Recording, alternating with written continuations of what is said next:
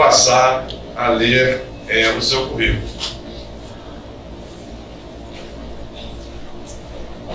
Psicanalista lacaniano de narração, Emilson Luiz Melo Garcia, atendimento psicanalítico lacaniano há mais de 10 anos, palestrante em encontros literários, trabalho social com crianças em situação de abandono em Niterói, professor de lógica lacaniana e lógica matemática em geral, professor universitário do ensino médio, clínica particular de psicanálise lacaniana e atendimento online, atendimentos individuais para adultos, adolescentes e idosos, sintomatologias diversas como depressão, ansiedade, inibição, dificuldade de ordem familiar, social e de ordem sexual, além de outros sintomas, síndrome do pânico, de Tourette e outros síndromes.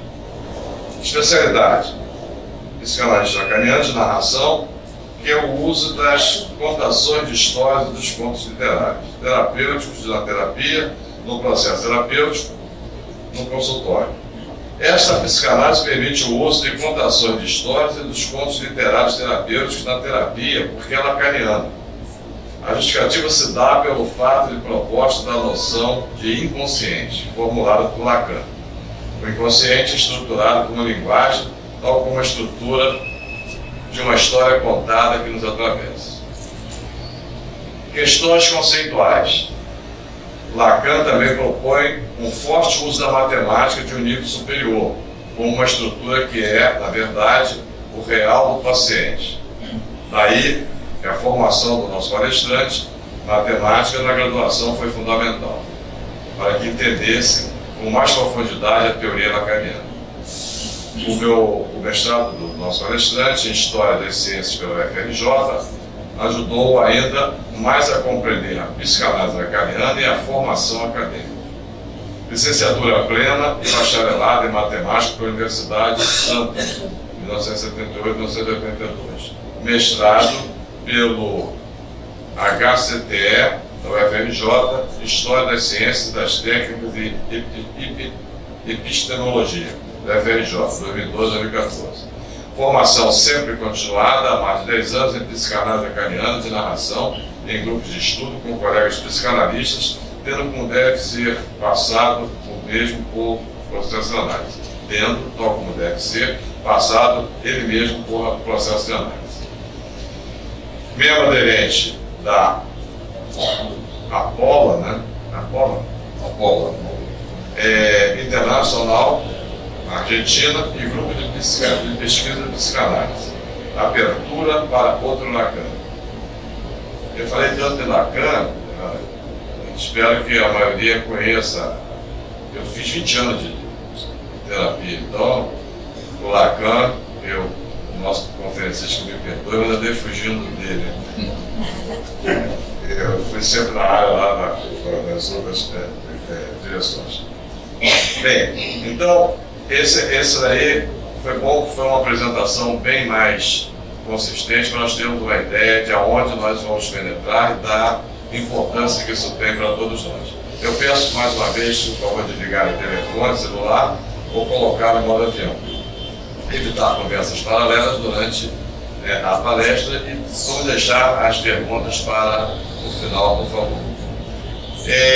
De antemão aviso, tem pessoas que me perguntaram, hoje é dia daquela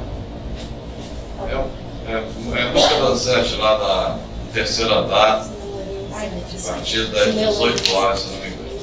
Tá ok? E a nossa próxima palestra vai ser a cargo do Instituto de Geografia e História Militar, dentro do projeto Santos Dumont. Não sei se a maioria está sabendo, que nós estamos completando 150 anos de Santos Dumont.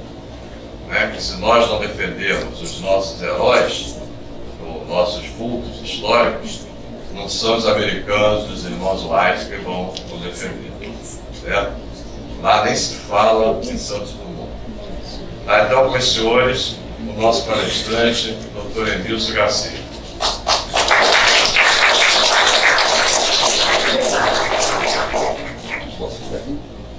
Tem aquele microfone também sobre isso. Eu posso estar na mesa? Pode, ou não. Pode. Coloca o microfone no segundo. Só sentar um tempinho para ela ajeitar só a câmera. Ah, tá bom. Se for possível, claro. Ele sentar na mesa. Eu acho que para mim mais confortável. Pode ser? Obrigado. Deixa eu apagar para não funcionar, não vejo. Não atrapalha nada não, né? Não.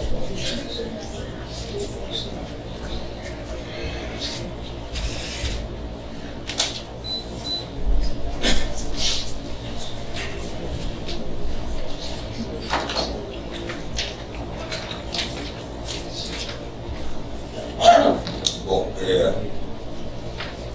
Vai saber que botar o microfone. assim. Ah, tá. Bom, boa tarde. Tudo bem? Dá para ouvir? Nossa, isso.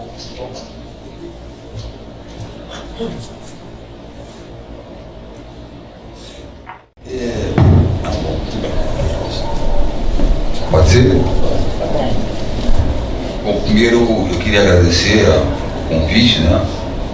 É a primeira vez que eu venho aqui e conhecer pessoas novas é sempre bom, né?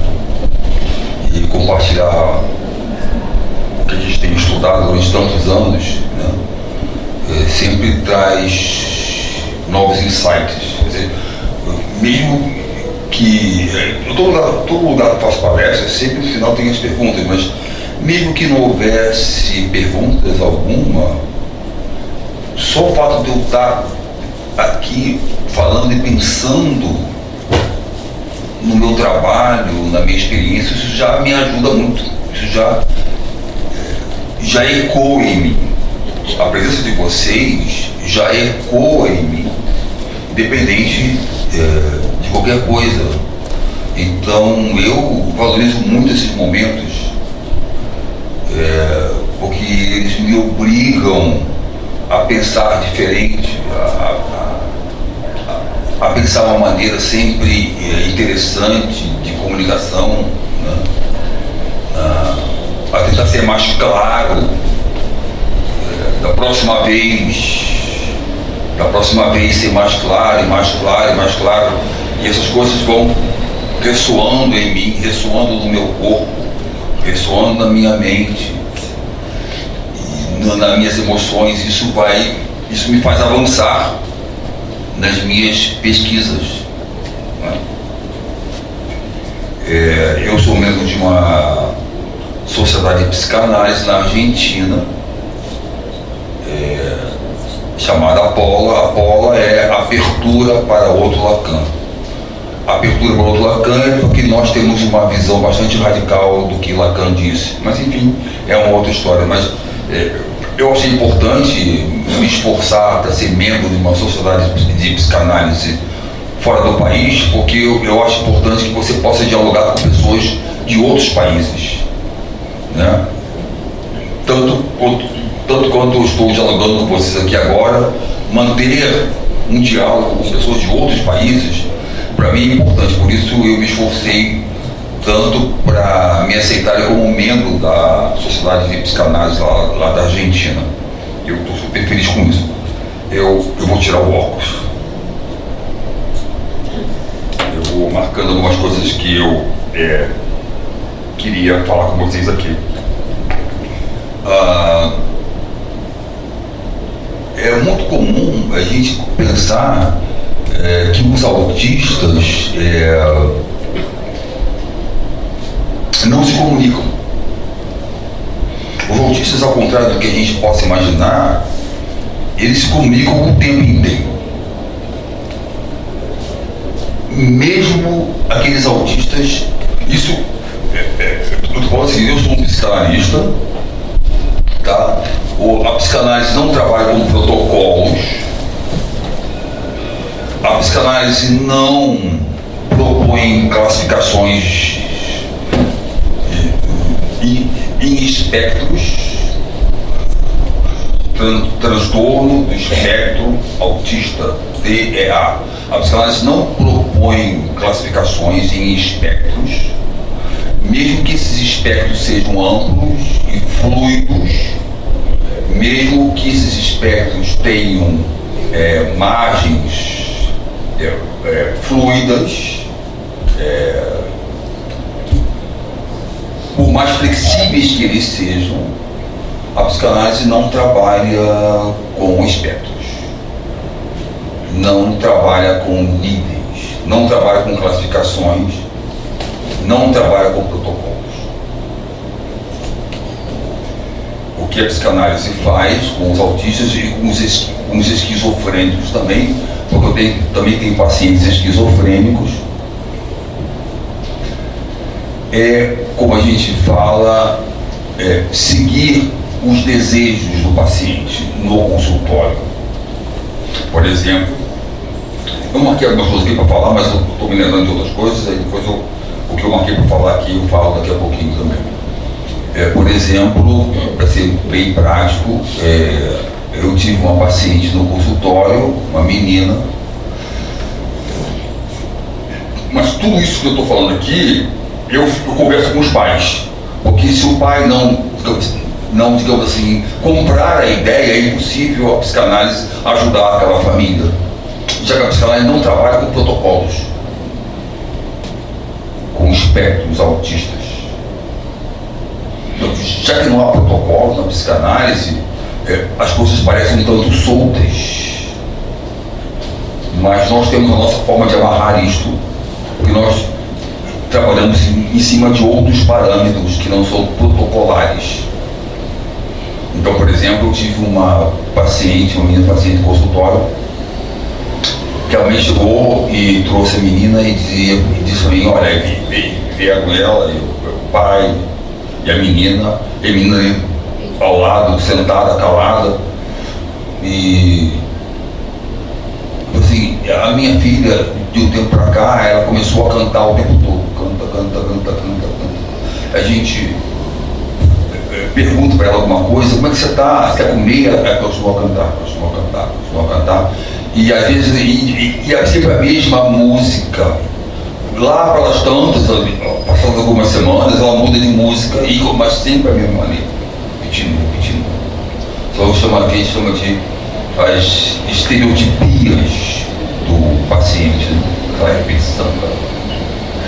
E a gente não sabe mais o que fazer, nós já tentamos esse caminho, aquele outro, a gente viemos tentar uma abordagem psicanalítica. Aí eu expliquei tudo isso para ela, que eu estou falando com vocês aqui agora.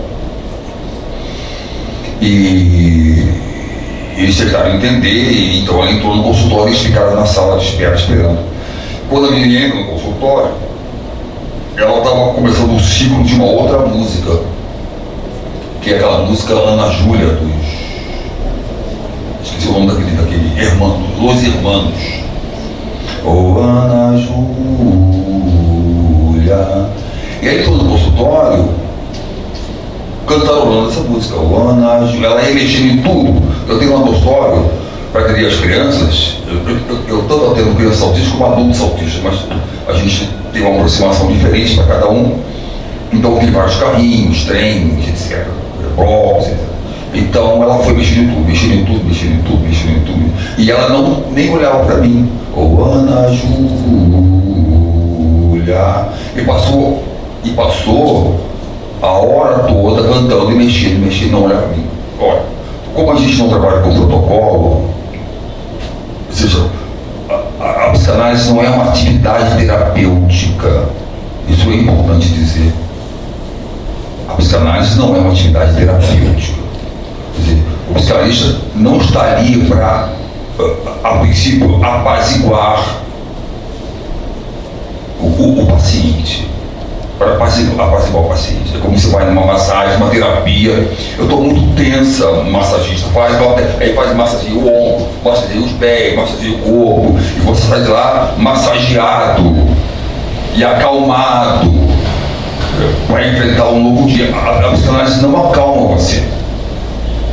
Ela não é uma atividade terapêutica protocolar.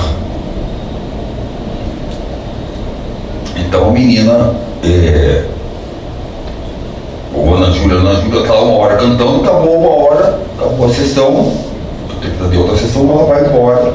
E os pais meio que,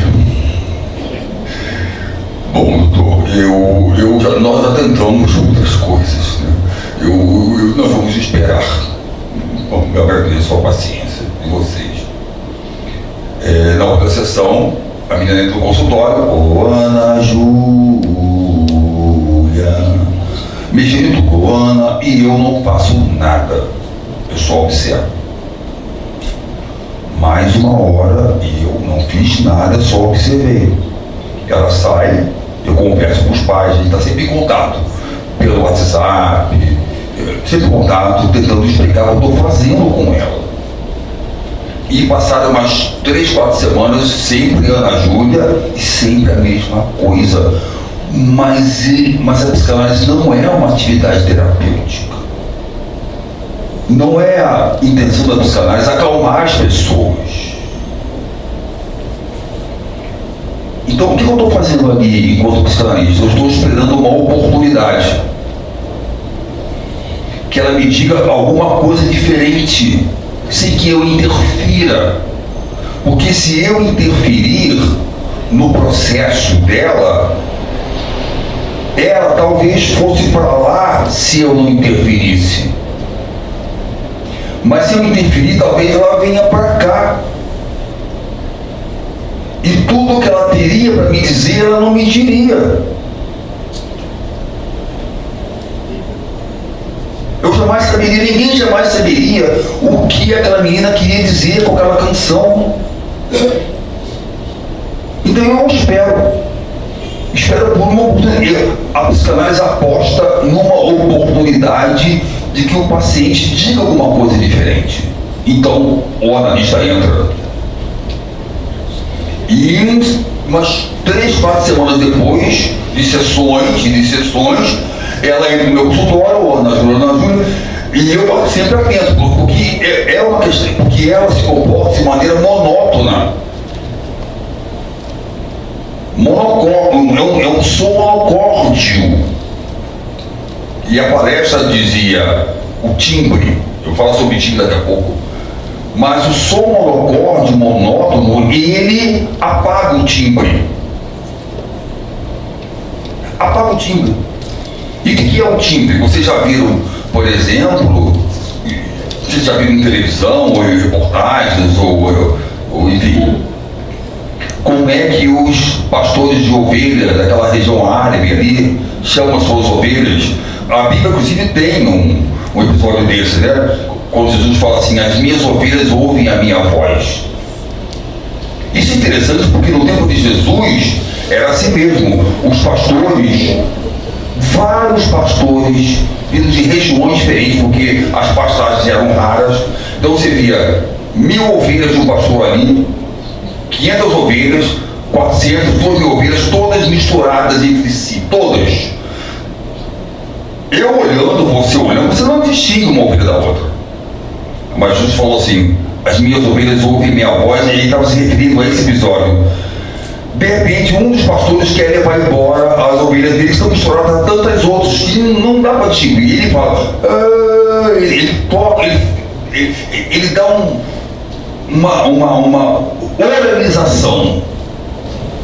E todas as ovelhas daquele pastor saem do meio de todas aquelas milhares de ovelhas e vai saindo uma, e vai saindo uma, vai saindo outra, e vai e segue o pastor. Isso é uma coisa impressionante. É muito interessante isso. Como as ovelhas conhecem o pastor no meio, e o pastor não vai lá buscar, ele apenas fala. Então, voltando à minha paciente, o que a minha paciente não quer que eu faça? O que ela não suporta que eu faça? Que eu a chame com a minha voz característica. Porque o autista não suporta o chamado, não suporta ser endereçado. Você já viu o autista tampando os ouvidos? Batendo a cabeça na parede? É porque o chamado é demais para ele. Ele se sente invadido, ele se sente cortado. Há autistas que se mutilam por causa da voz que o chama. Então a mãe, no seu desespero, meu filho, vamos, toma banho, come. Mas essa voz, a voz no seu timbre, daqui a pouco eu comento o que é o timbre, a voz no seu timbre invade o autista. De tal maneira que ele começa a se cortar, bater com a cabeça na parede, grita. Ele está sendo invadido. Então eu não posso fazer isso com ele. Eu sei como essas coisas acontecem. Então a menina Ana Júlia, lá pela quarta semana, ela cantarola o seguinte: ô Ana Júlia, ô Ana Júlia, alguém me ajuda, ô Ana Júlia. Quando eu ouvi isso, eu falei, chegou o momento, Deus, chegou o momento. Agora eu queria esperar. Porque se fosse a minha voz, ela não suportaria. O autista está enclausurado, empacotado. O autista empacota-se no seu mundo. Empacota-se no seu mundo. Ele está com o vestido de uma armadura contra as vozes do mundo que querem penetrar nele e destruí-lo. Então, quando ela falou, alguém me ajuda, foi a primeira vez que aquela menina olha para mim.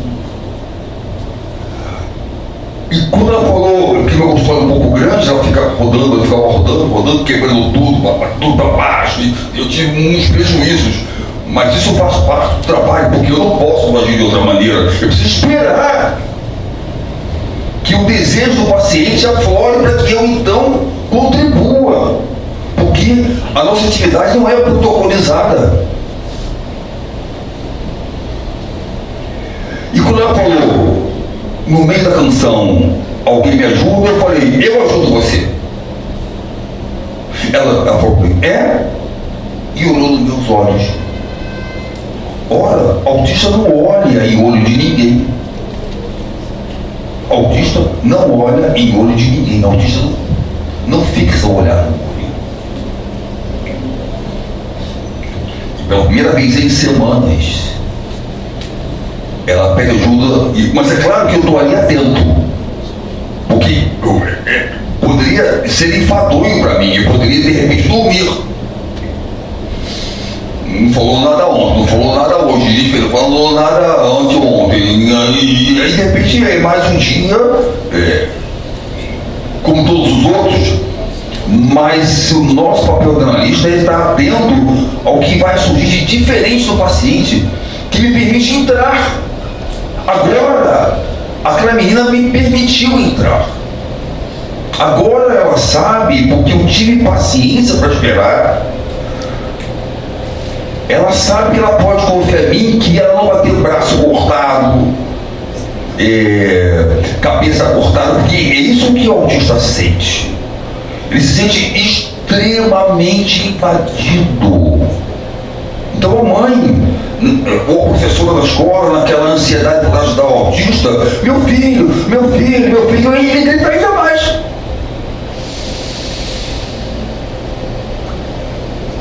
Não está ajudando. Porque ele está se sentindo cortado.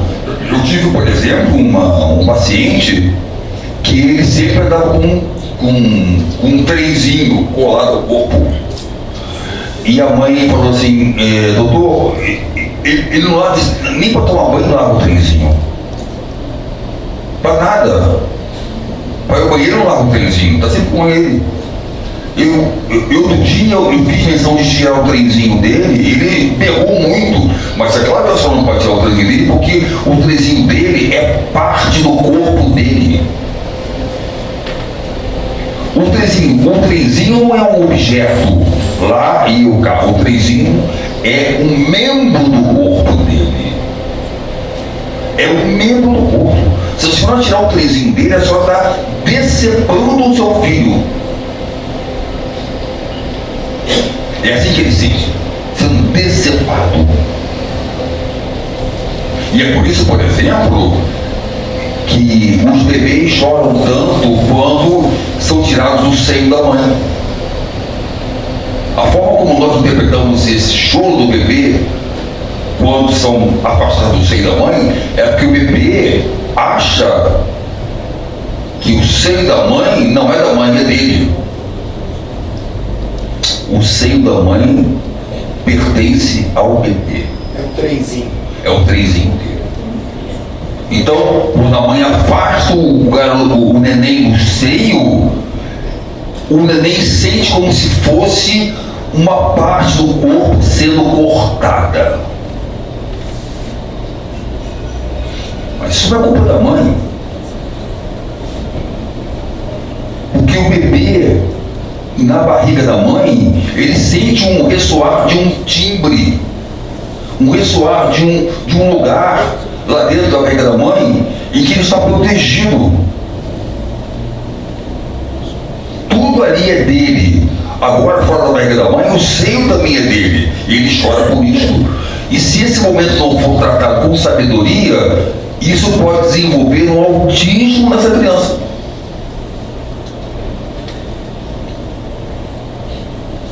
Por causa desse desligamento abrupto do seio da mãe, que a criança tende a pensar que é uma parte do corpo dela.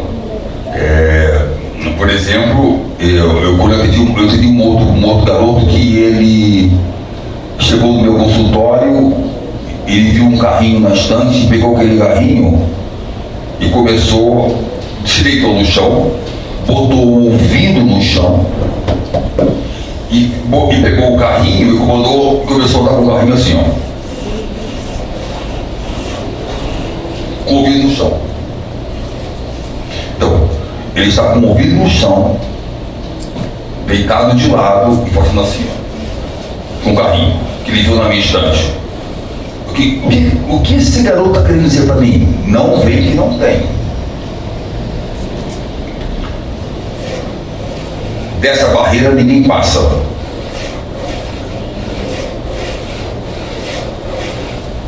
E nem adianta falar comigo, porque o meu ouvido está colado no chão. Colado no chão. E assim o garoto passou sessões e sessões assim. Chegava no meu consultório e eu deixei ele à vontade dele durante algumas sessões, eu sempre conversando com os pais, porque nessas horas os pais são parceiros, tem que ser parceiros, e confiar no trabalho do analista. E eu deixei ele me conhecer um pouco mais, eu sempre, sem falar nada, numa determinada sessão, depois de um mês, só isto. Eu me deitei no chão, sem botar meu ouvido no chão, peguei um outro carrinho e comecei a fazer isso também, na frente dele. Mas ele nem olhava para mim. Aí eu me levantei um pouquinho de joelho e fui levando o meu carrinho para longe. Eu disse para ele assim: vou passear. Vou passear. E ele veio atrás de mim. Ele veio atrás de mim. Qual é a minha intenção aí? É tirá-lo da posição petrificada que ele estava. Da posição petrificada que ele estava. E se você invadir antes, e se você tentar alguma coisa antes do momento correto, ele começa a gritar, a bater a cabeça na parede. Não, não, é demais para mim, é muita excitação para mim. Então, o autista está sempre colocando, tem sempre um corpo, o corpo dele é uma coraça, um contínuo, sem brechas de comunicação com o mundo.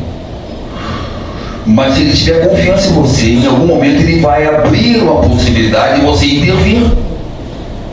E ele virá atrás de você. E na outra sessão, ele começou assim também, e eu peguei o carrinho e fui. E ele veio atrás de mim, eu comecei a botar alguns bonequinhos dentro do meu carrinho. Eu tô querendo agora fazer com que o meu paciente veja que há mais pessoas além dele. que é possível colocar pessoas no carrinho dele também e perto dele.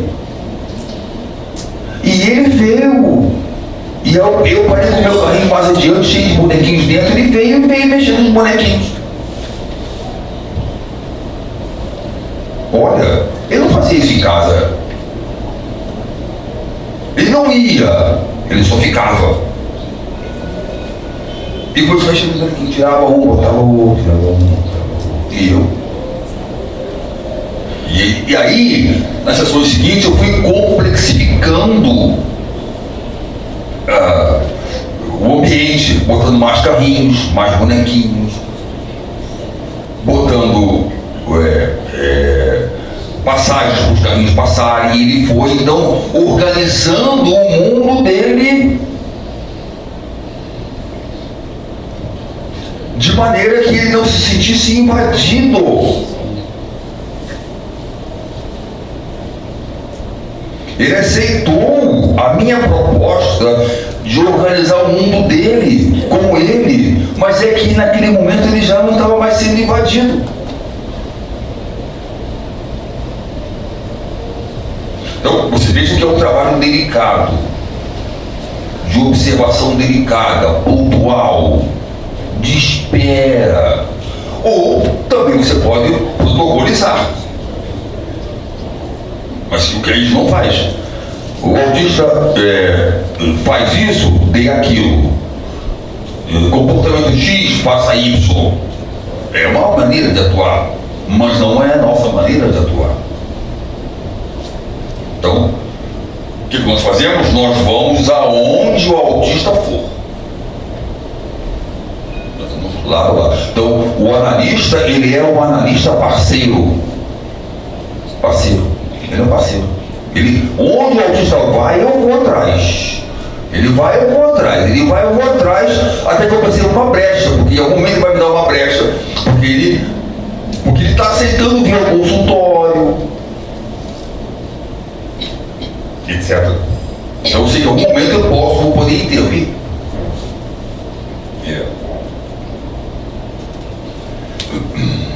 Então, o autista, ele não faz enunciação. O que é uma enunciação? É você se colocar como um sujeito independente. A enunciação é a sua forma particular de falar. Quando você enuncia, você está fazendo o que você faz livremente, é a sua forma particular de falar. E quando você enuncia, você fala, você escuta, você faz objeções, é sim, é não. Então, o autista não faz enunciações, ele não fala, mas ele se comunica. Como essa minha cliente, da Ana Júlia. Em algum momento, o tempo todo eu sabia, Ana Júlia, que aquilo ali era uma forma de comunicação. Não era ainda uma fala, no sentido de que nós estamos conversando aqui, mas era uma forma de comunicação. Então, o autista não fala, muitas vezes ele se comunica. E é preciso, então, encontrar os interesses que ele tem. Por exemplo, um outro paciente que ele veio de alguns profissionais que disseram: olha, o seu filho não vai ter facilidade de letramento, no máximo ele vai conseguir ler aos 16 anos de idade, etc. Quando ele chegou ao meu consultório, ele chegou assim, com esse diagnóstico, dentro de um espectro. E aos poucos eu fui percebendo quais eram os interesses desse autista, particulares, né? O autista em geral tem muito interesse pela música. Mas por que a música? Porque a música trabalha dentro de um modelo matemático. As pautas musicais, elas são um modelo matemático. é mais ou menos previsível, o modelo pode ser trabalhado de maneira previsível. Então a música para o autista é importante porque ela funciona dentro de um modelo, a pauta é um modelo matemático, a pauta da música. Daí que o autista, ele gosta muito da música, né? De coisas que ele possa, que não causem surpresa para ele. E esse autista que chegou com um diagnóstico de que ele só iria desenvolver um letramento talvez aos 16 anos de idade, eu comecei a perceber que ele gostava muito de matemática. E nós começamos a conversar sobre estrelas, contagem, astronomia, aos poucos depois se abrindo. E hoje esse rapaz é professor de uma grande universidade de matemática.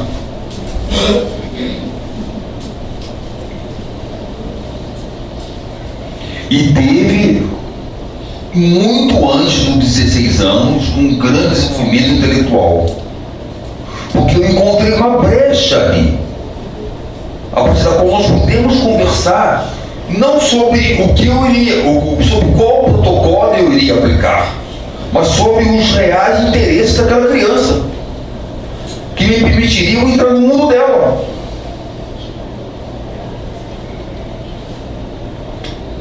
Porque se não for assim, o autista vai bater com a cabeça na parede, ele vai se cortar, ele vai gritar.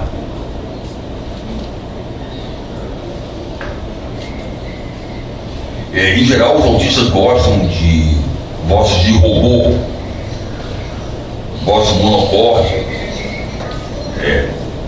melodias marcadas,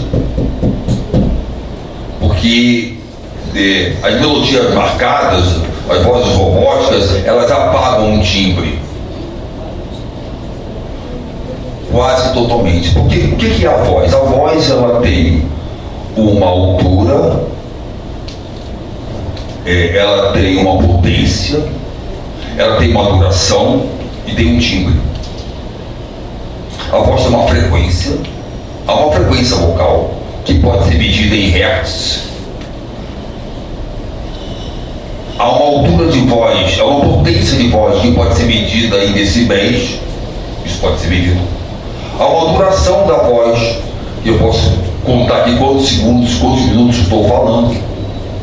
Mas há uma coisa na voz que não pode ser medida, que é a impressão digital, que é o timbre. Tá? Que é aquele pastor, lembra aquele pastor de ovelhas? O que as ovelhas reconhecem dele? A altura da voz dele, os decibéis, a frequência das cordas vocais, a duração, que ele chama, ele reconhece dele o timbre. O que a criança reconhece na mãe? O timbre. É o timbre. O timbre é o que dá singularidade ao ser humano. Nenhum de nós tem o mesmo timbre. O timbre é a cor da sua voz. É a impressão digital da sua voz. Eu não sei porque até hoje não fizeram alguma coisa assim para você entrar em banco, etc. Algum dia eu vou fazer. Porque o timbre de ninguém é igual ao de ninguém.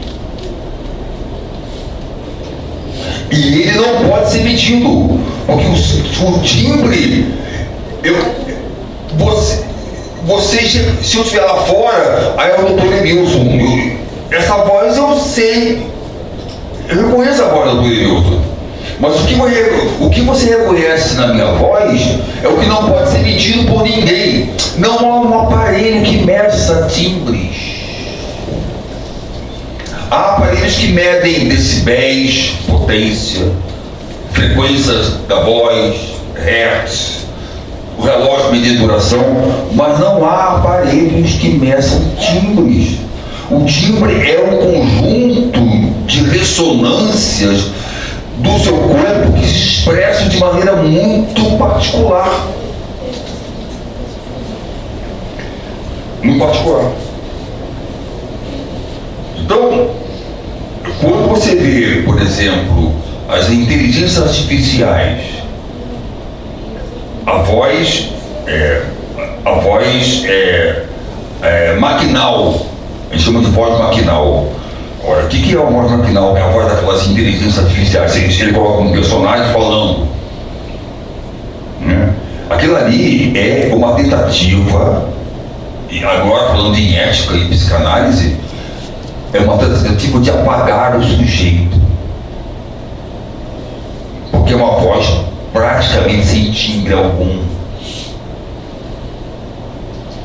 É uma voz sem corpo, sem sujeito. E as pessoas estão cada vez mais se acostumando com isso. Vozes sem corpos, vozes sem sujeito. Então, o que essas inteligências artificiais estão fazendo é tornando as pessoas autistas. Porque o autista não suporta o timbre do outro, porque o timbre é que endereça você. Então, quando você ouve o timbre da minha voz, é mais do que você ouvir a altura da minha voz, os decibéis da minha voz, a frequência, a duração. Você está me ouvindo. Você está sendo endereçado por mim. E o que o autista não suporta é ser endereçado. Então, por isso ele veste uma carapaça. E é por isso que ele tampa os ouvidos, põe o ouvido no chão. É por isso que ele grita. O autista grita porque ele quer o silêncio.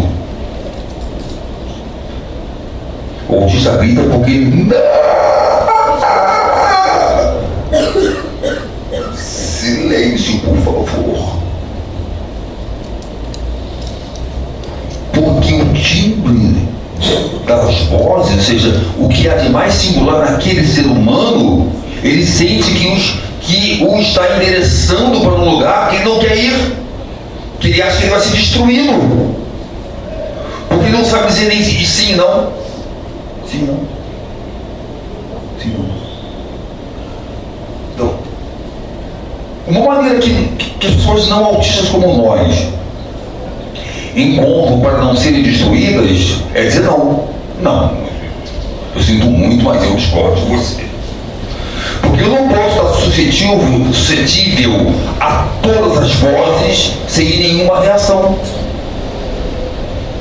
Então eu consigo dizer não. Ou dizer sim, concordo em parte. Não quero falar com você. Se eu for suscetível a todas as vozes, eu me apago enquanto sujeito. E é isso que o autista tem medo. Que os timbres das vozes, aquilo que não é mensurável na voz, que é o timbre, que o timbre da voz o perfure e ele seja despedaçado. Porque ele não sabe dizer não. Quando eu estou falando com vocês aqui, o que está acontecendo? Eu estou cedendo a minha voz. Eu estou olhando para vocês, estou cedendo a minha voz. Ou seja, eu falo com vocês, coloco a minha voz, a minha enunciação, a minha oralidade para ser alvo de críticas, que seja, porque eu sei que eu vou suportar as críticas e as observações, boas ou mais, e aí então eu retruco, etc. Algumas coisas que as pessoas dizem para vocês, vocês dizem, isso eu não quero saber. Por favor, não me incomode. E por que você então consegue fazer isso? Porque você consegue ficar surdo a algumas vozes. Então, para você se colocar como sujeito, como alguém autônomo, você precisa conseguir ficar surdo a algumas vozes. Se você não ficar surdo a algumas vozes, todas as vozes penetrarão em você e você será destruído.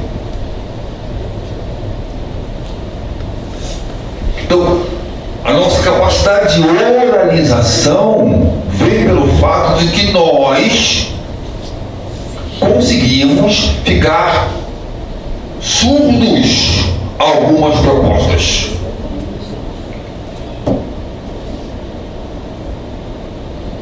Para não ser... sinto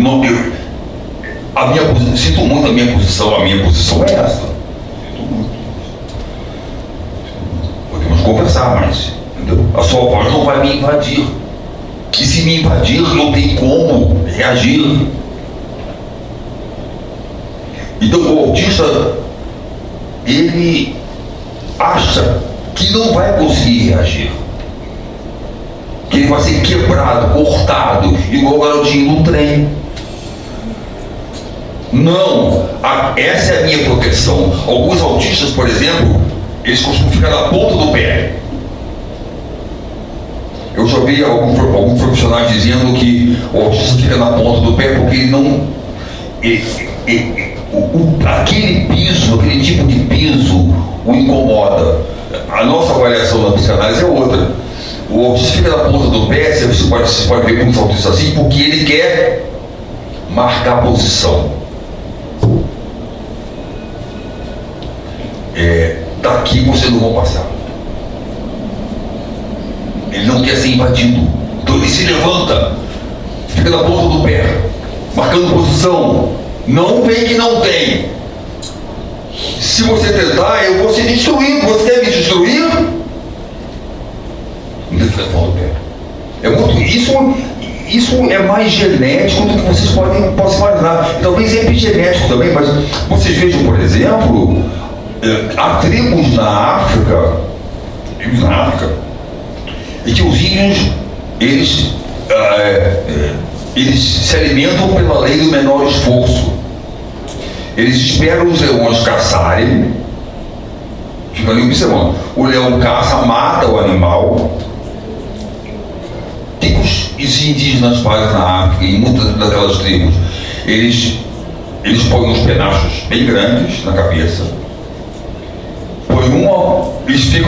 Eles colocam a mão no ombro do outro e fazem uma fila. E a mão no ombro do outro. E aí quando o animal olha, pensa, quando o leão, aquele grupo de leões olha, pensa que é um animal enorme chegando ali. São vários índios, um na tua mão no ombro do outro, e vindo como se fosse uma cobra. E batendo o pé e pulando, ficando bem alto. Os leões apavorados fogem. Isso acontece, é muito interessante. Os leões fogem, porque pensam que é alguém muito alto, muito forte e muito grande. Aí os índios vão lá, pegam uma parte do animal morto e saem correndo. Porque os leões, eles percebem isso rapidamente, que foram enganados. Quando os leões voltam, eles não saem correndo atrás dos índios, porque os índios deixam uma parte do animal ali. E aí os leões comem e eles levam o resto embora. Você vê que há uma genética humana nisto, de você se levantar, e aí? E o que foi? O que foi? Não vem não?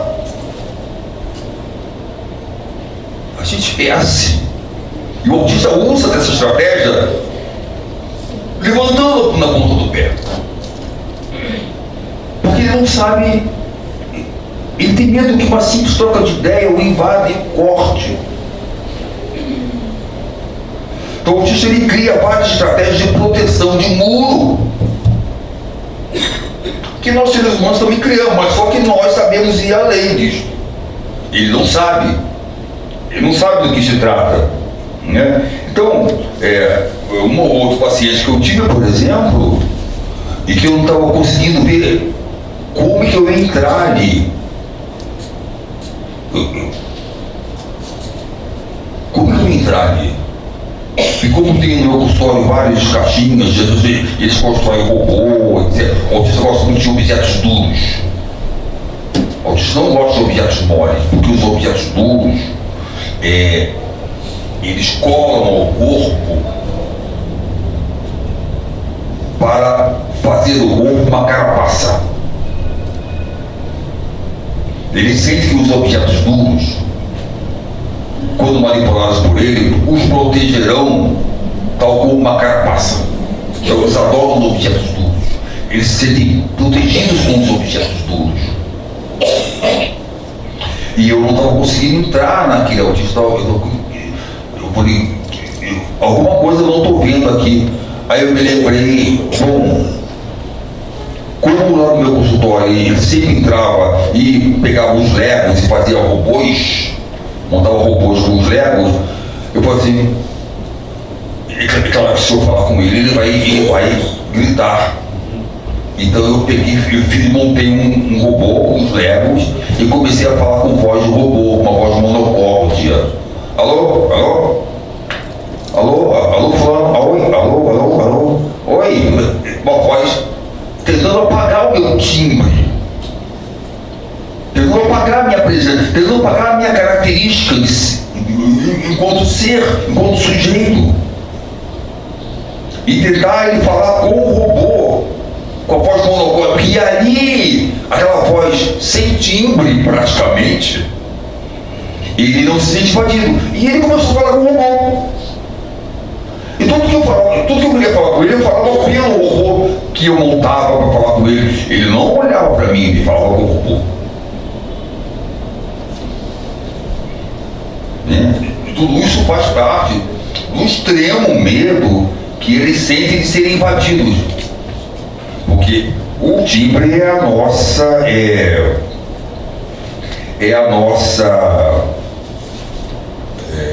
maneira singular de ser com a voz,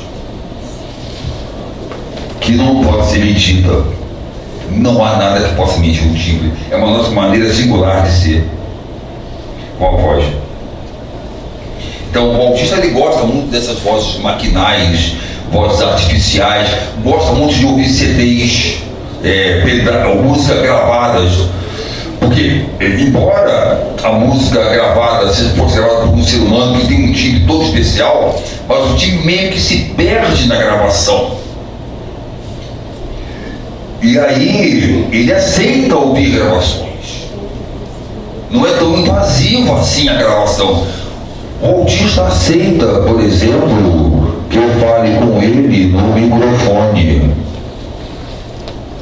Porque no microfone o timbre da minha voz fica menos reconhecível.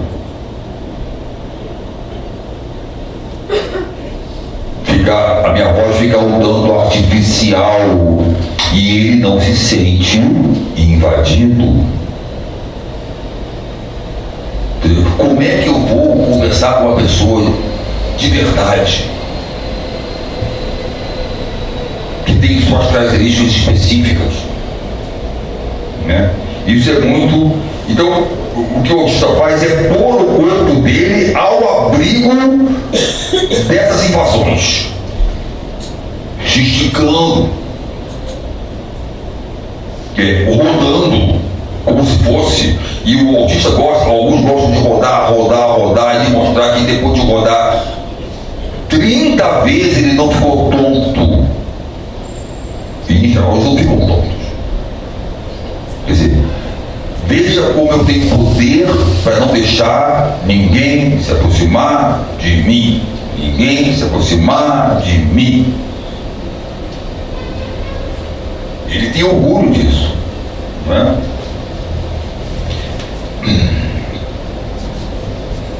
Então,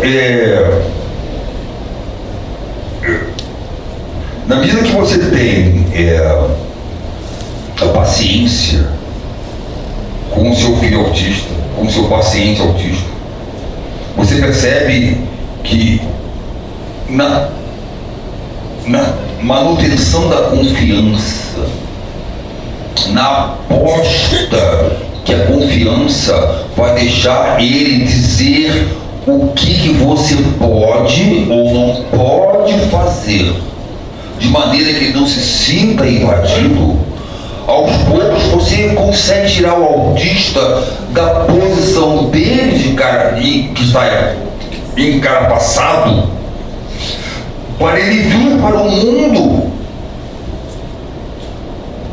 onde ele vai ter que enfrentar os sims e os não, sem que ele fique atormentado com isso. Mas esse é um processo muito lento e é possível. Se você não protocolizar o processo, isso é demorado, mas é viável, é possível. Eu tenho visto isso no meu consultório, muito, e no consultório dos meus colegas psicanalistas também. E na literatura, que é compartilhada entre nós. Então, mas é um trabalho também que a gente faz com os pais, importante, porque o autista se defende, ele se defende porque se ele não se defender, ele sente que uma parte dele vai ser arrancada dele. Tem uma imagem que eu já vi na internet algumas vezes, é uma estátua de bronze, é um senhor sentado, um jovem rapaz sentado num banco de praça. Vocês já viram essa imagem de bronze? Um rapaz magro, só que quando você olha, é uma coisa muito esquisita você olhar para aquela estátua de bronze,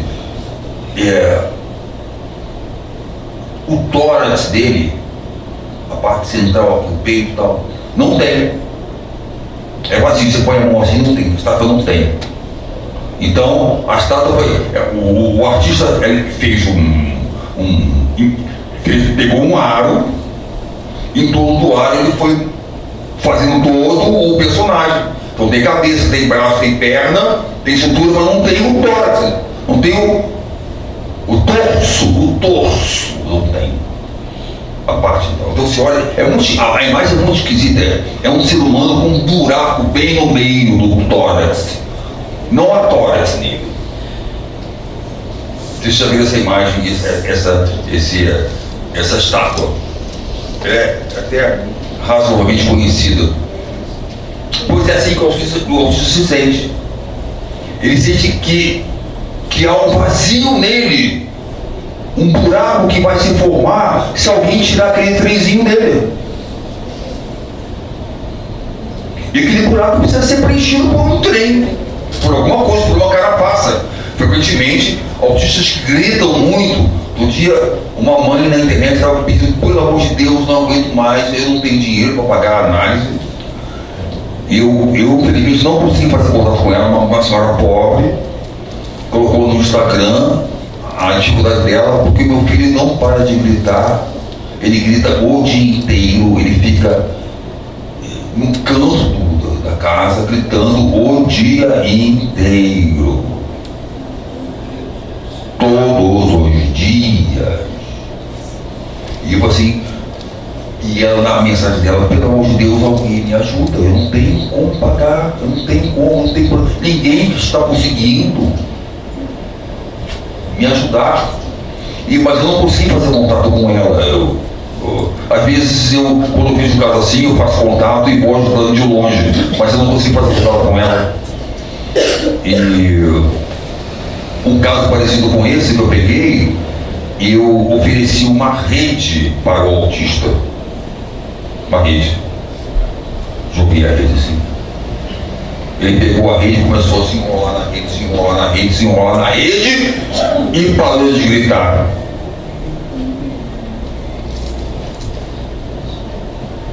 É como se ele dissesse, agora eu tenho meu escudo protetor.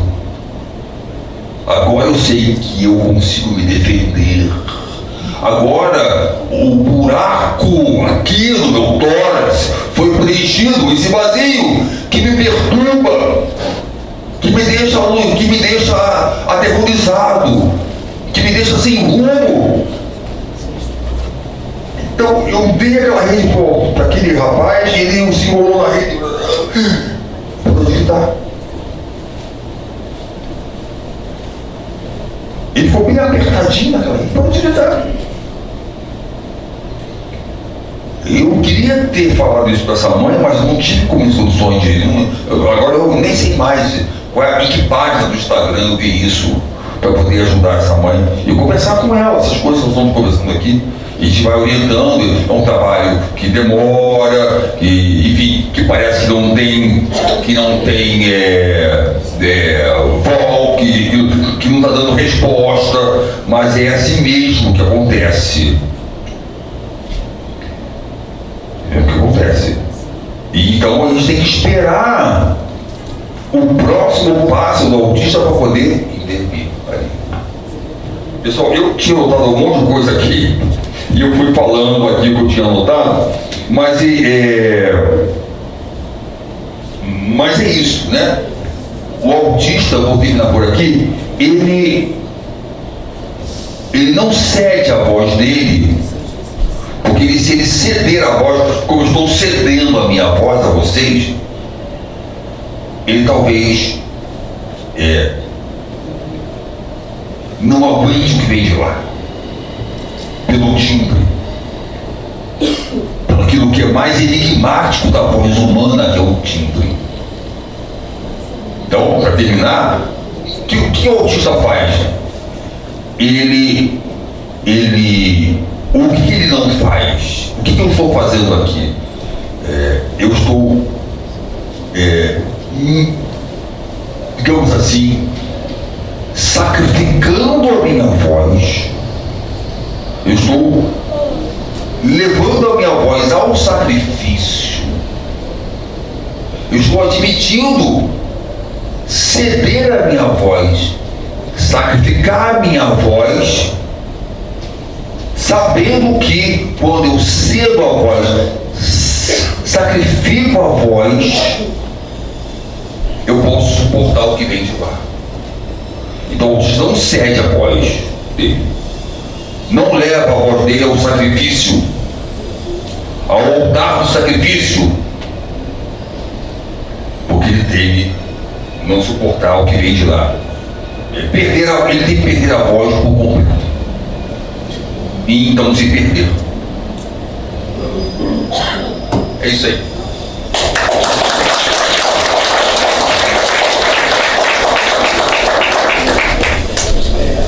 Foi claro, com certeza. Ok. Peraí.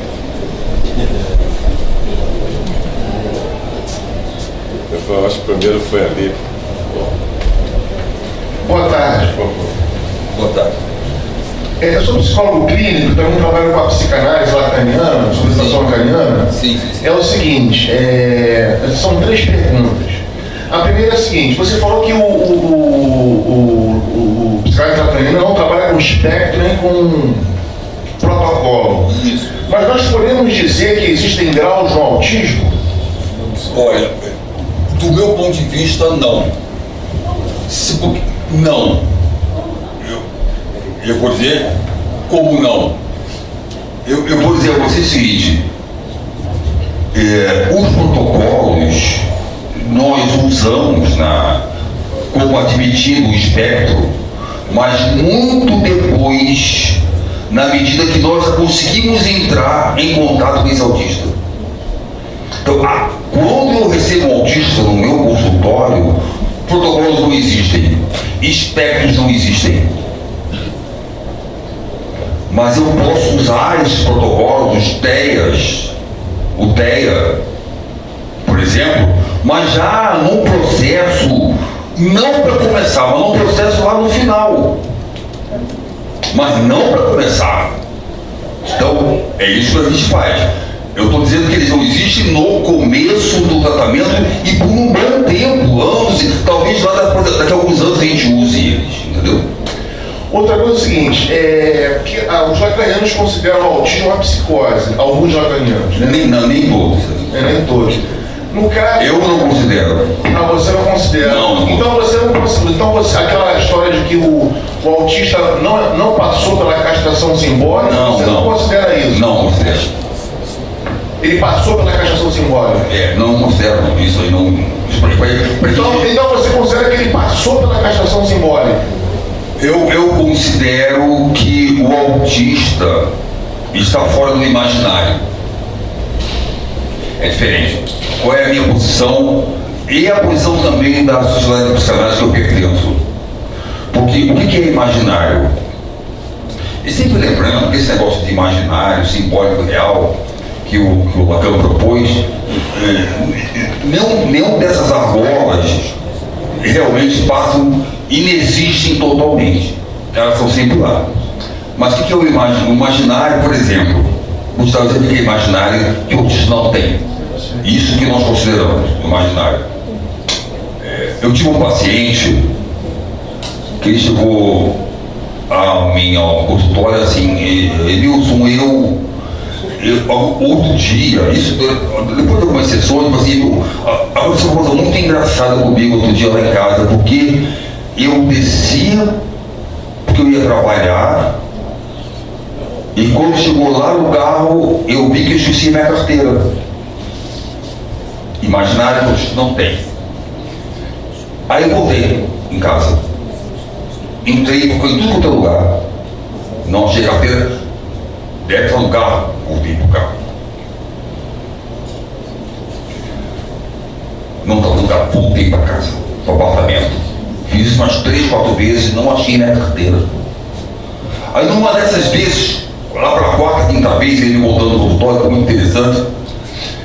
Ele dizendo assim, lá pela 5ª vez, quando eu saí do apartamento para voltar pro carro, eu vi a minha carteira do lado do móvel, de uma gaveteira, de uma escrivaninha, de um móvelzinho, ao lado da porta. Ele tem um móvelzinho ao lado da porta. Ele deixou a carteira ali. Ele saía daquela porta e voltava, saía daquela porta e voltava, entrava, e a carteira estava bem ali ao lado da porta, aquele móvelzinho, que quando ele chega, ele coloca as coisas ali. E não viu a carteira, estava bem ali. Eu fiquei, isso é o imaginário. O que é imaginário? Imaginário é a possibilidade de você poder ver alguma coisa onde ela não está.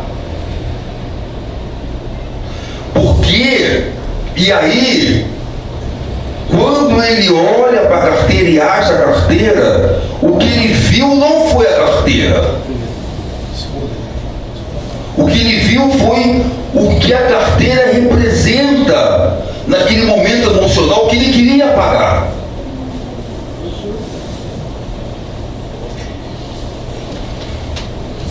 Ele queria apagar tanto que ele não viu a carteira. A carteira era um símbolo daquilo que ele queria apagar. Isso é imaginário.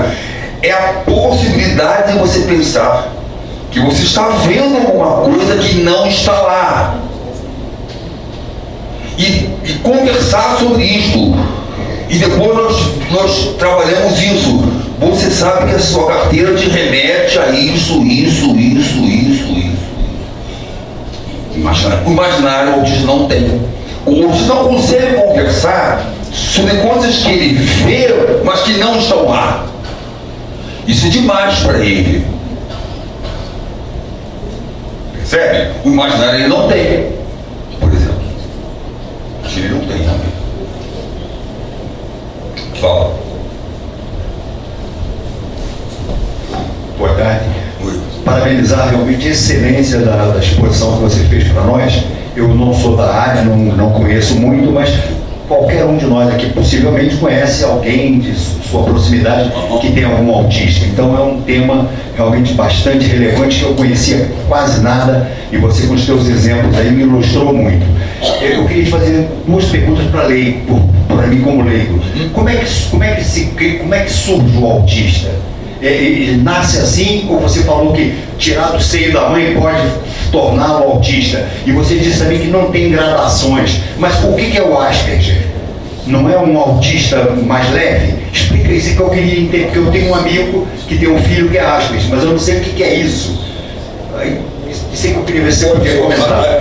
A minha posição enquanto psicanalista, e enquanto um psicanalista que é membro da sociedade que eu sou, e a gente lá, na minha sociedade, a gente pensa assim, como eu falei pro amigo ali, psicólogo, a gente não pensa em níveis. Não pensa em níveis. Há uma crítica que Lacan fazia a Freud, que é o seguinte, que é a crítica da associação livre. Olha que interessante que eu falava do Freud, mas isso que ele falava, que ele fazia Freud. Ele falou assim, o Freud pedia que os pacientes, ao chegarem no consultório, falassem livremente. Fique à vontade e fale livremente. Mas acontece que o que o Freud não percebia, é que na medida que eu te peço para você falar livremente, você já retesa. E você já não fala mais livremente a partir daí. Isso lá, eu acho isso muito interessante. Porque há um protocolo que diz que você tem que dizer para o paciente falar livremente. Mas na medida que você pede, ele já não fala. Ele freia. Ou vai para outros lugares. Então, a gente, como lacaniano, não pede isso para o paciente. Falar, ele não pede nada. Observa. Observa. E a gente está atento aos desejos dele e entra no desejo. Entendeu? Entra no desejo. O nosso corpo é no desejo. E não aquilo que a gente... E aí a gente desenvolve o nosso processo de análise não terapêutica. Por que não terapêutica? Porque tudo que você me diz e tudo que eu te digo pode ser terapiado. Arrumado, proposto, acalmado. Mas o que você não percebe que a cada enunciação sua, a cada enunciação, quer dizer, a sua forma particular de falar, você sempre deixa de fora alguma coisa que eles chamam de resto. O resto. Aquela coisa que você me diz, para que você me diga alguma coisa, você deixa de fora outras coisas. E nós da psicanálise vamos atrás dessas outras coisas, não daquilo que você me diz, daquilo que vem por ali, mas está sempre escondido por detrás daquilo que você me diz. Nós vamos atrás disso. E isso não é terapizável.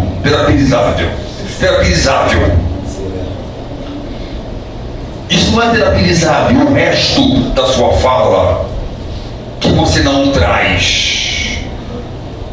Porque aquilo que você traz não me interessa muito, sinceramente. É aquilo que você não traz que me interessa. E isso não é terapizável. Portanto, ela não pode ser uma terapia. Porque ela vai atrás do resto. E é dessa maneira que a gente trata os autistas. Você sabe quem é o sujeito autista? O sujeito autista é aquele que antes de ser um sujeito autista, ele é um sujeito.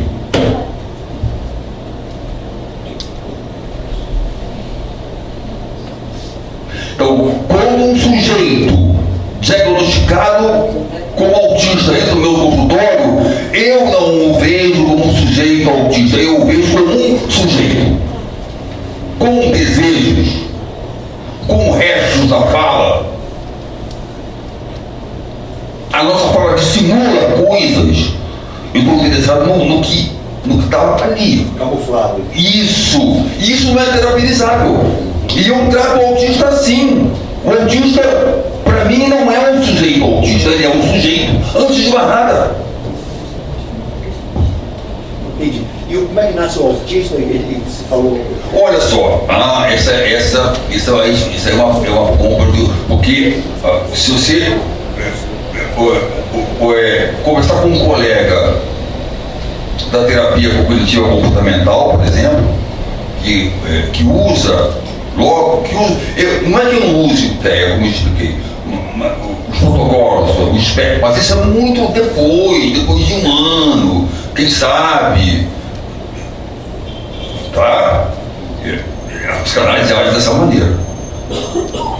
Mas, se você conversar com um colega da área comportamental, cognitivista, enfim, essas áreas que são mais, não é a mesma coisa, mas enfim, ele vai dizer, olha, o que se sabe, o que a ciência sabe, é que 80% dos casos são genéticos. Isso é o que está catalogado, tá? Esses 20% que sobram é genético também, mas de uma outra ordem. Por exemplo, uns 15% dos 20% que sobram é genético, mas de uma outra ordem. Os 80% são genéticos porque o pai tinha alguma tendência, a mãe tinha alguma tendência, é uma genética dos pais.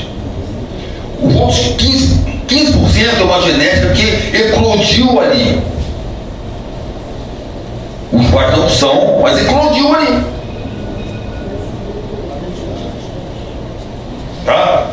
E os 3% que sobram, 80 mais 15, 95, 90, e os 3 que sobram, epigenético. Fatores externos que influenciam. Epigenético. A psicanálise que eu trabalho está interessada na epigenética. Tá? Obrigado. Bom dia. Desculpe, boa tarde. Eu tenho o meu único neto, tem 15 anos, hoje tem 15 anos. E desde bebê eu percebi que ele tinha alguma coisa que poderia ser autismo, já que ele brincava assim, dizendo que ia ser engenheiro, né? Que ia ser engenheiro e tal. E aí ele brincava assim com fios, o tempo todo ele unia fios, desenhava fios e tal. Muito inteligente, fala pelos cogumelos. A minha filha dizia até que ele parecia muito comigo. Bom, hoje ele tem 15 anos e ele demorou um pouquinho para falar assim de maneira correta, mas muito pouco tempo, digamos assim. A minha filha andou normalmente com 9 meses, a mãe dele. E ela andou com 9 meses e ela foi alfabetizada com 5, ou seja, já no estilo, né? Sim. Bom, e ele demorou um pouquinho mais, tá? Mas muito pouco, mas mesmo assim eu percebia, eu sou pesquisadora, estudiosa, eu percebia que alguma coisa tinha aí. Aí falou pra minha filha, olha, ele tem alguma coisa. Aí ela disse que não, mas acabou depois. Ela foi, é uma pessoa de recursos. Sim. E aí ela foi e ele realmente foi diagnosticado com autismo, mas de maneira bastante leve. Por isso que quando foi falado aqui que autismo não tem gradações, claro que tem. Não foi isso que eu falei. Bom, foi falado. O que eu falei é que Tá. eu como psicanalista e da sociedade que eu pertenço, a Sociedade de Psicanálise da Argentina, chamada Apolo, nós não usamos essa classificação, essa gradação, a princípio não. Que é como o exemplo dei para ele do Freud, da crítica de Lacan. Freud, fique à vontade para falar e a pessoa já não está mais à vontade. Então, se eu logo de pronto admitir, não é que eu não esteja admitindo, mas se eu for por essa via, veja, não é que eu não esteja admitindo, mas se eu for por essa via, eu já de pronto limito as potencialidades desse garoto, que podem ser surpreendentemente grandes. Se eu aplicar, olha, tá vendo eu estava vendo um rapaz no Instagram, falou assim, olha, nós criamos esse protocolo aqui. Aqui são perguntas,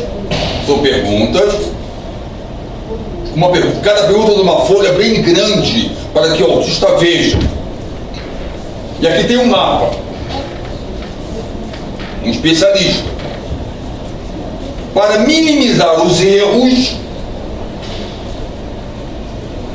eu digo assim, onde está o mapa do Brasil? Tem um mapa aí. Aí eu coloco um verde aqui, pinto de verde a pergunta, para que ele possa lá no mapa e apontar o mapa do Brasil.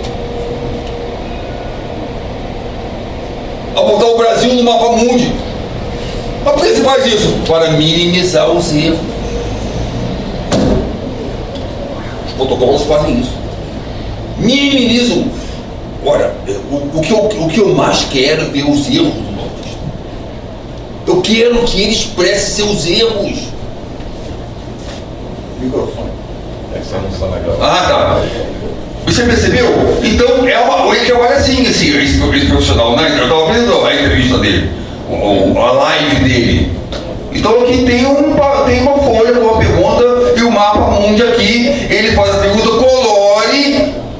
colore aqui a pergunta e diz: garota autista, onde está o Brasil no mapa? O garoto autista vai verde. É aqui. Mas esse é um protocolo. Os protocolos tendem a apagar os erros. E o que eu falei foi: o timbre é o que há de mais singular na voz do ser humano. Se você apaga o timbre, você apaga o sujeito, você apaga os erros dele. Os meus erros me tornam um sujeito singular. Eu não posso apagar os meus erros. Eu tenho que dialogar com eles. É isso que eu estou falando. Então, se você classifica num protocolo, esse garoto que eu atendi, que se tornou um professor de matemática, ele estava diagnosticado dentro de um espectro. Eu sei como é que isso funciona. Eu sei aplicar isso. Eu até acredito nisso, mas lá depois de 1 ano, 2 anos, 3 anos.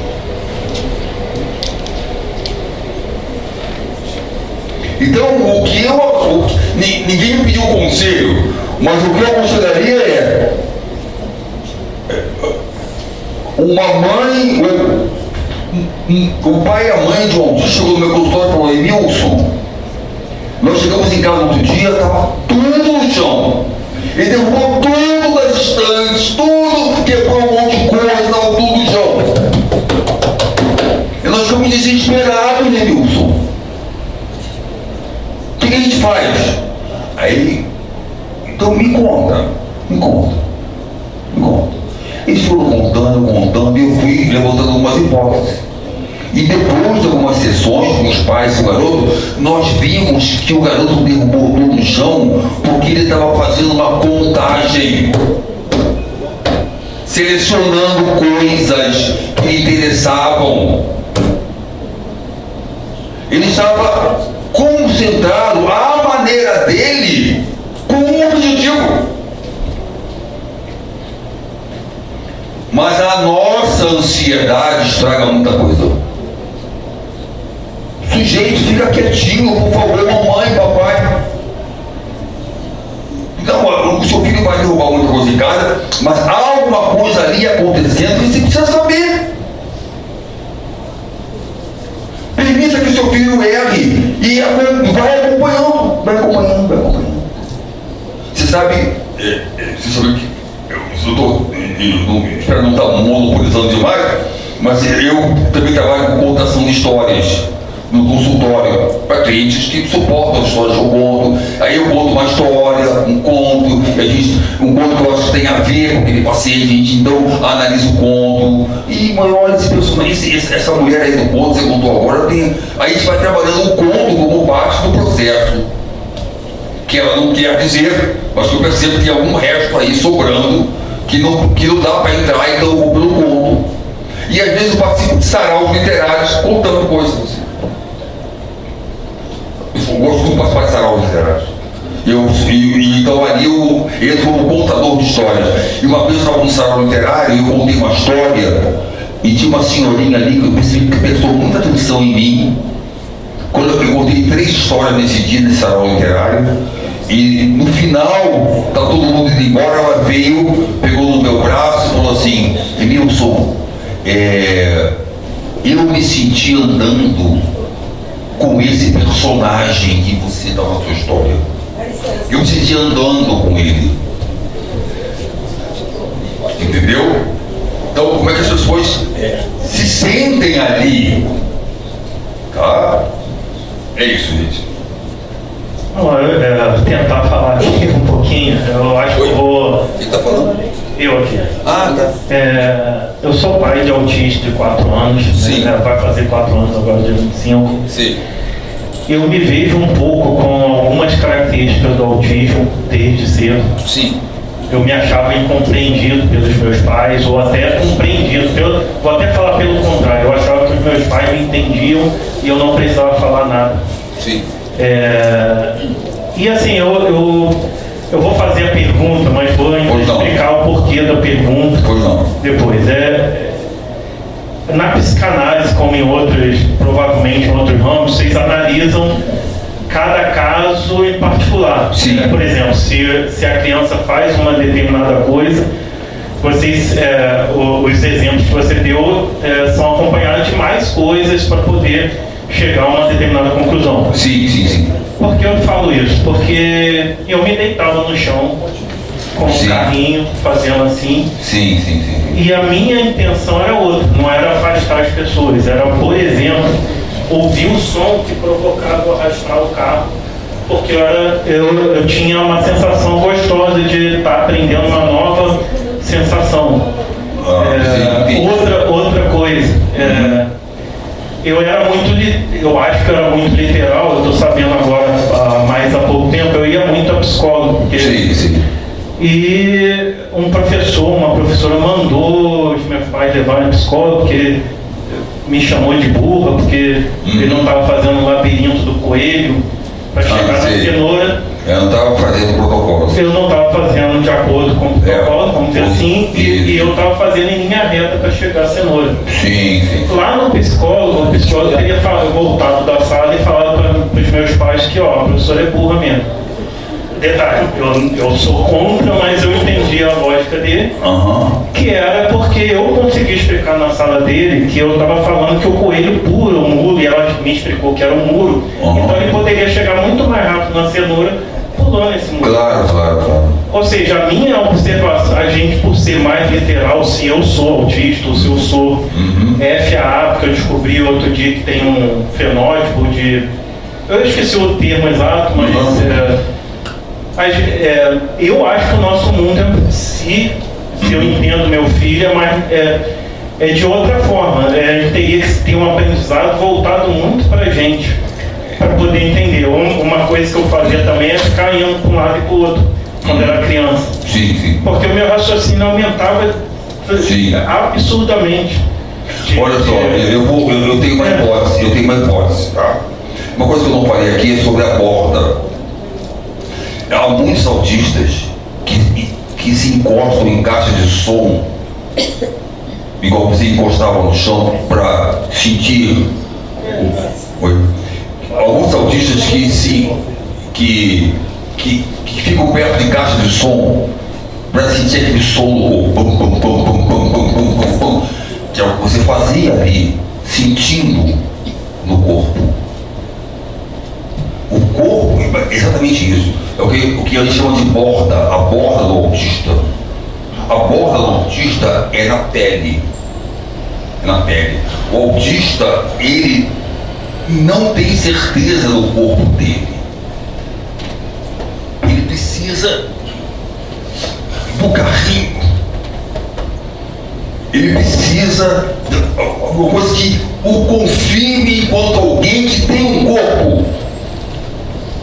Então, sentir a ressonância, a reverberação no corpo é importante para o autista, porque ele precisa sentir que tem uma borda aqui que o separa do mundo e que ninguém vai invadir essa borda. Eu sinto que eu tenho uma borda, eu sinto aqui uma borda. Eu tenho uma carapaça. O que você fazia era sentir a sua carapaça. Sentir que você tem um corpo. Sentir que você tem como se proteger. Era isso que você fazia. Como os autistas fazem, muitos deles, se encostando na caixa de som. Pum. Eu preciso sentir que aqui tem alguma coisa que me protege, que me resguarda do outro, do timbre do outro, da voz do outro. Eu tenho algo que me protege. É o que você fazia.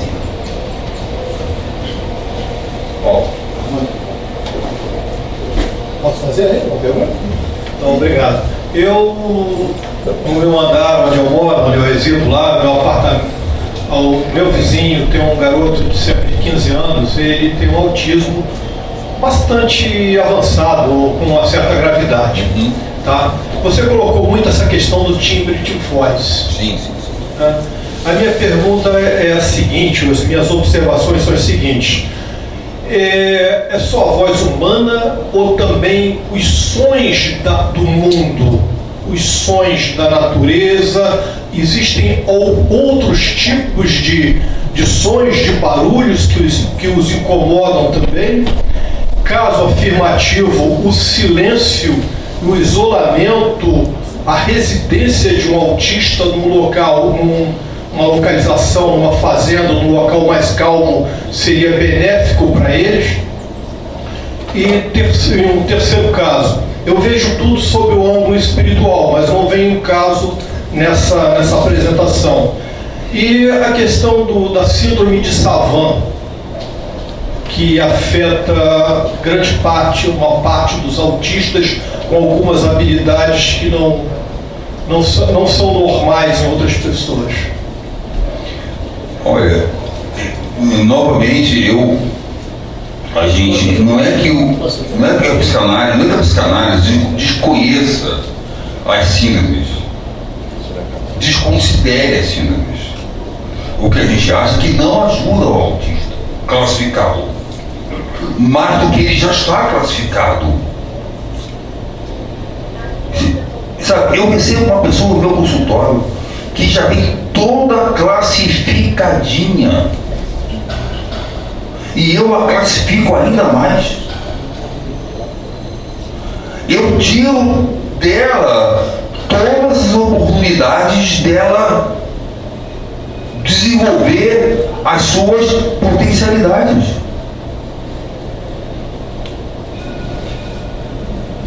O que eu quero dizer é que a nossa ansiedade apressa-se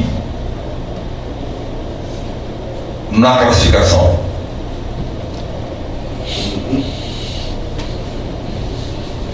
Isso é coisa nossa, não é coisa do outro, é coisa nossa. Nós queremos ver tudo pronto para ontem. E isso não funciona com o autismo. Para mim é muito mais confortável eu ter um livro. É leve, médio, pesado. Leve, médio. Não estou dizendo que não haja leves, médios. Não estou dizendo isso. Mas estou dizendo que você não pode reforçar um trabalho com o autista nessa linha, pelo menos a princípio. E esse princípio pode demorar 2 anos. O autista que passou por mim, que hoje é professor de matemática de uma universidade, se eu tivesse classificado hoje, eu tenho quase certeza que não seria professor da universidade. O autista dessa mãe que derrubou tudo em casa, se eu dissesse para ela, coloque, claro, estou exagerando agora, coloque aí de castigo, estou exagerando, tá? Só para a gente poder fazer esse entender. A gente não descobriria, não iria descobrir o que ele queria dizer com aquilo. O que você queria dizer com aquilo, em linha reta, o que era aquilo. É mais importante saber o que você quer dizer com aquilo do que eu querer dizer para você o que você tem que fazer com o que você está fazendo. Então, o que eu estou propondo é que a gente vá atrás dele. Vá atrás dele. Tá certo? O autista está batendo a cabeça com o barulho. Eu vou dizer que não está, então ele está batendo a cabeça com o barulho. Claro que ele está batendo, certo? Mas ele precisa saber o que é isso que acontece com ele, com aquele autista. Veja, todos nós temos um genoma. O tal genoma. Mas você sabe que, embora nós sejamos todos da raça humana, nós não somos diferentes uns dos outros. Então, é preciso pensar que a genética não produz seres iguais. A genética sempre desemboca em singularidades. Nós somos seres humanos, mas em certo momento isso cada um vai para um lado, na sua humanidade, na sua singularidade. Então eu não estou interessado nesse pedaço, estou interessado no pedaço que sai daqui e cada um toma o seu rumo. Isso chama-se potencialidade das pessoas. Então eu não sei por que aquele autista estava gritando. Claro, o barulho o estava invadindo. Tá? Agora, por que o barulho invade aquele autista daquela maneira? Isso tem que ser investigado. Ah, todo autista... Não, não é assim todo autista. É preciso acalmá-lo. A rede que eu propus acalmou. E aí eu pude entrar em contato com ele a partir do mundo dele. E não a partir do meu mundo. Do meu mundo saudável. Mundo saudável. Certo? Boa tarde. Gostei muito da sua palestra, bem esclarecedora. A pergunta é a seguinte: como é que o autista está, por exemplo, se sentindo mal, coisa desse tipo assim? Como é que pode exteriorizar isso para as pessoas isoladas, assim? Como é que é? Ele está com fome, como é que ele exterioriza isso? Nós fazemos, né? Comida, se beber, comida. Mas o autista, como é que procede nesses casos assim? Olha, pedindo socorro. Vamos usar uma terminologia conhecida: autistas não verbais. Que não falam. Que não falam. Vamos usar uma terminologia conhecida. Vamos pegar os autistas que não falam, os não verbais. Veja, é importante dizer que todo autista, sem exceção, se comunica. Ele pode não falar. Como é que nós vamos chegar a essa conclusão? Você tem que observar aquele autista. Não deixar a sua ansiedade descartar os sinais que ele está te mandando. Não. O autista está prisioneiro em seu próprio corpo. Sim. Mas ele manda sinais. E como é que nós podemos perceber isso assim? Cada autista manda um sinal de uma maneira diferente. Um dos sinais, eu estou falando como padre, um dos sinais é ter uma crise do nada. Se tem uma crise do nada e é mais ou menos meio-dia, ou seja, ele é comandado por rotinas, ele costuma a ter uma sequência que os pais fazem sempre. Então, se for meio-dia, provavelmente ele está com fome. Sim. É assim que eu comecei a observar e dava certo. Eu tentei começar a ter uma rotina mais próxima possível daquilo que ele tinha na creche, por exemplo, eu e a mãe dele. É claro que uma hora ou outra não vai conseguir. E se for crise mesmo, a gente, pelo menos, tem um conselho de 2 especialistas de tentar segurar como ele faz, de ter um pouco de paciência e calma para deixar ele se acalmar, porque eles precisam jogar isso para fora. Expandir. E você tentar fazer o melhor controle possível. Se você não tem a comida do teu lado, você... Eu achei isso perfeito. O que ele fez como pai o meu filho, quando grita, eu acho que é isso. Ele não impôs, ele fez uma aposta, uma hipótese. Eu acho que ele está me mandando este sinal, então eu vou atrás disto. Esperei ele mandar o sinal, então eu vou atrás e vou apostar. Se minha aposta for errada, eu volto e aposto em outra coisa. Porque ele vai mandar sinal. Ele não fala, mas ele se comunica. Fique atento aos sinais.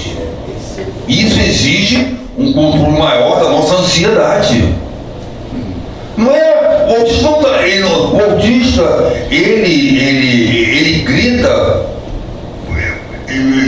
porque em geral ele quer mandar um sinal, mas também porque ele quer fazer do grito um silêncio. Tem um quadro muito famoso do Eduardo Mantes, acho que é Mantes, Você viu esse quadro, o Eduardo Mantes? O Eduardo Mantes tem um quadro assim, é uma pessoa tampando os ouvidos e dando um grito. Um quadro. E tem atrás aí no quadro, tem umas 2, 3 pessoas que estão dando as costas para ela e indo embora. E se você olha para o quadro do Eduardo Mantes, a pessoa que está gritando não tem face. Quer dizer, é uma face, você não sabe se é homem ou se é mulher.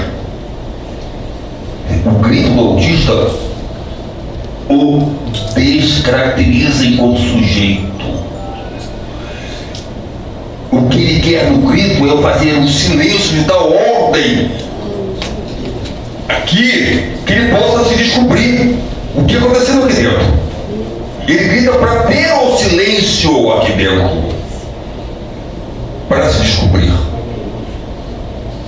Ele não grita por gritar, ele grita em busca de silêncio aqui dentro. Não é lá fora, é o silêncio aqui dentro. Quer dizer, pessoal, hoje eu estou pensativo. Me deixa sozinho um pouquinho, eu estou pensativo, eu preciso pensar em mim mesmo. É esse silêncio que o autista está buscando. Quando ele grita. Quem sou eu? O que está aqui dentro? Bom, eu sei, sinto muito, mas hoje você abriu um espaço muito maior. Eu passei do normal. É porque nós temos daqui para o final do dia ainda tem coisa a ser feita nesse expediente. Olha só, eu sei que tem muita coisa para ver. Eu mesmo tinha minha dúvida já suportando. Ou quem quiser, fala depois de terminar, se permitir conversar com ele. Você falou há pouco, né? Senão nós não temos uma estratificação. Mas é claro que tem autistas de todos os tipos, né? Ainda há pouco estava conversando com o Cristiano, Elon Musk, ele é autista. O Messi é autista. Sim. Né? E vai por aí fora. Eu tenho uma amiga que tem um filho epilético, e ela já me falou a respeito de uma certa relação do epilético com o autismo. Essa questão que todo autista é inteligente, isso também já foi levantado. Então tem uma gama, eu sei, ainda mais você que é da área, pô, eu imagino. Mas a gente tem que terminar por aqui. E nesse término tem que agradecer ao doutor Emilson Garcia, eu venho passar uma lembrança do Clube Militar. Tá bom. É o diploma em nome do clube. Que ótimo.